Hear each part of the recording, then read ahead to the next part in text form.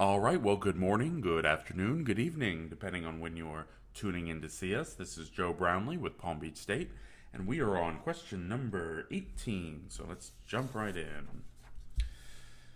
As always, let's go ahead and read our directions so we know what we're doing. And the directions for number 18 are simplify, assume that all variables represent positive real numbers.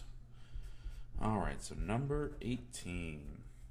And they give us 4 cube root m to the 7 p to the 5th minus 2m square p cube root m p square. All right, so I know this might look like a lot, but let's go ahead and just take it one step at a time, and let's just deal with each term on its own. All right, so let's just work with our first term here. Well, I see that I have a free number, and I have some radicals going on. Well, right now I can't do anything with my free number, so that's just going to come down.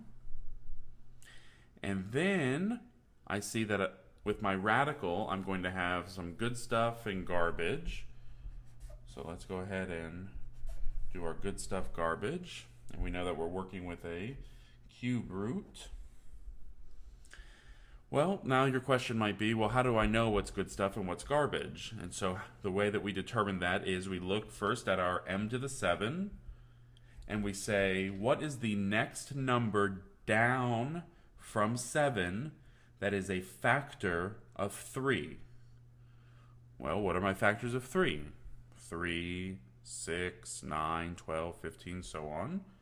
But we're looking for the next number down from 7, and that was going to be 3, 6. And so m to the 6th is good stuff. M is bad stuff. And m to the 6th times m gives me m to the 7. So when we do good stuff garbage, we have to be able to multiply our good stuff and garbage back together in order to get to our original. If we can't get back to the original, then that means that we've somehow gone awry in our good stuff garbage.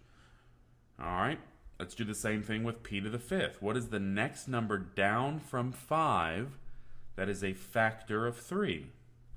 Well, that's just going to be p to the 3rd. And how many am I left over once I take 3 out? Well, I'm left with 2. P to the 3rd times p to the 2nd is p to the 5. So I get back to my original, so that checks out. All right. Well, let's go ahead and simplify this a little bit. I know that when I have good stuff garbage, my good stuff is going to come out of the radical and become free, and my garbage is going to stay under the radical. All right, well, this is my good stuff. So how do I know what comes out? Well, m to the 6th is going to come out as m squared. And I know that because I'm dividing my power by my radical. So what is, or my index rather, my power by my index. So 6 divided by 3 gives me 2. And obviously the m comes from the original variable. Same thing with p. P is going to come out, and I go 3 divided by 3 is just 1. But when we have a power or an exponent as 1, we don't have to write it. And so it's just plain old p. So now that all of my good stuff has been dealt with, I have my garbage left. And all I do with my garbage is just rewrite it. I can't do anything with it. And so I am left with 4m squared p to the cube root mp squared. So that's what I have on my left side. So let's go ahead now and deal with our right term. So we had negative 2m squared p and my radical. We're going to have good stuff and garbage. Well, let's use the same process. Remember, if there's no exponent listed, we know it's a 1. And so I have to ask myself, what's the next number down from 1 that's a factor of 3? Well, there is no number down from 1 that is a factor of 3. So m is garbage, all of it. Same thing with p. P squared, what's the next number down from 2 that is a factor of 3? Well, there is no number down from 2 that's a factor of 3, so all of p squared is garbage. And so for this particular radical, there is no good stuff. And so nothing can come out of my garbage. Remember, just like on the left-hand side, once we pulled out our good stuff, we simply rewrote our garbage radical because nothing can be done with it. Same thing here. I had no good stuff, and so nothing can come out. All I'm left with is my garbage radical. So let's go ahead now and rewrite our free with our garbage. And now that I have like radicals here, I can simplify my free numbers.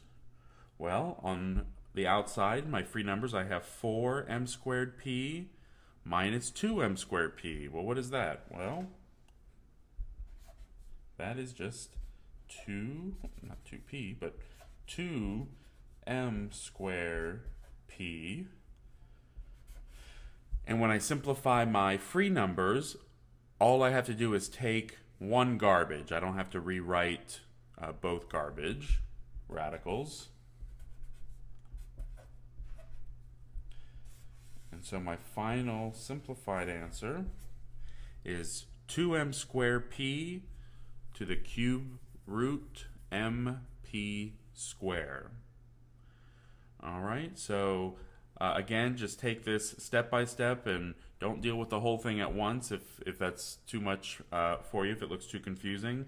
Break it down and work on it step by step, and I think it'll make it a little bit easier. And then once you're able to have similar or like radicals here, then you can simplify your free numbers. And once you've simplified your free numbers, just rewrite your garbage radical one time, and that will suffice for both of your garbage radicals that you were simplified from. All right, well, this was question number 18. Hopefully it was a good refresher for you. We are moving right along to question number 19. Again, this is Joe Brownlee with Palm Beach State, and thanks for watching.